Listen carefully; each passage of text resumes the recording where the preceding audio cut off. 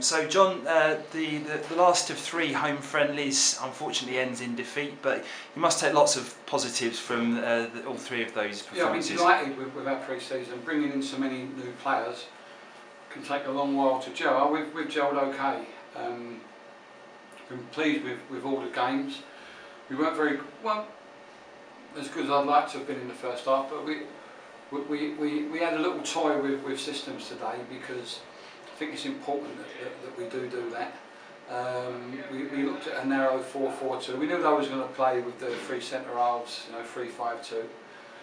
So we had a look at that in the first half. We couldn't quite get our game going, but what we said, on an hour we'll change it and we'll go 3-5-2. And the funny thing is, in the second half I thought we were a different team anyway, whatever system we played. I think that we passed the ball a lot better second half. We created some good chances, good movement, and it was good to get Ryan Hall on, who's missed a bit with injury, Paddy on, who's missed a bit, Paul Benson who's missed a bit. So it's good to get some people. Magnus or even came on. Good to get some people, some games, and I was quite pleased with some combinations of players. Did we want to win a game? Yeah, we want to win a game. But do we want to be ready for the start of the season? Of course we do. If this had been a league game, our approach to the game, if you like, on selection would be different. But it wasn't about that. It was seeing how we coped against a 3-5-2, playing a 4-4-2. Is that something that we would do in the level? That's up for me to decide now, because I've got all the information I need. Like you said, some really slick passing moves going through the midfield. Paddy McCourt was looking good, linking up well. It gives us something to be excited about for the future. Yeah, I mean, we looked hard to try and find a player that can supply. We can get it from wide positions from Danny Green, whose crossing is phenomenal. So we get that, and we wanted it from a midfield player. And Paddy's can find that pass for us. We're happy with that.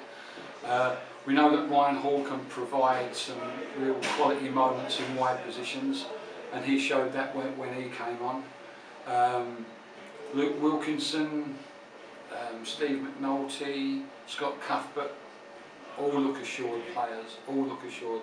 Steve Donnell's beginning to understand the getting forward and getting back. He gives some good options going forward.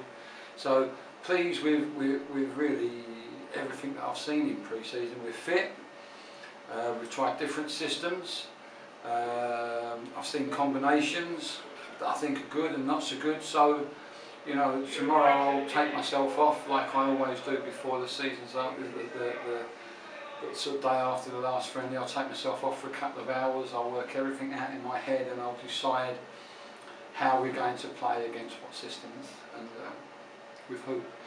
And obviously we spoke about Craig McHale-Smith a day or so ago, but a good performance from him today as well. Absolutely, and Craig's, we've been steady with Craig. We haven't busted him. He'll take 2 or 3 games to get into full flow. Most of them will, I suppose. But delighted now with the signing, and it's good. It'll do great for us. Great. Did something a bit different this week. Asked a couple of fans online if they wanted to put a question or two to you. So this one's from Jamie Cook on Twitter. Come on, Jamie, what you got? Who do you predict will finish in the top 3 in League 2 next season? Listen. People ask me these things in the Championship, in the Premier League. It's a personal opinion, isn't it? But I think the shake-up, would be Luton, Portsmouth. I don't look at other teams. That's the problem. Portsmouth, Luton, maybe Northampton, Oxford. Certainly some stern tests to come this season, aren't there? Yeah, you know what, I think it'll be a very competitive time. I think those 4 that I've mentioned will be in and around that group. I'm sure there's others elsewhere that will be pushing that as well. Great.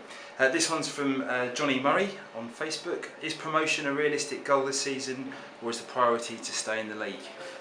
No, I think that, if I was at a team that was finished third from bottom last year, and someone said to me, like in pre-season, what's your ambition? The aim's promotion.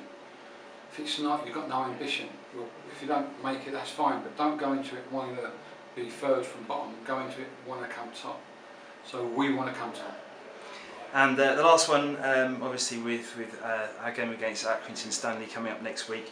This one from Andy Williams. Does John still have a message for the fans this season? How does he feel about the team and the season ahead? Well, I think it's going to be a tough season because lots of teams have tried to be strong. You know, Cambridge have, you know, sort of invested well.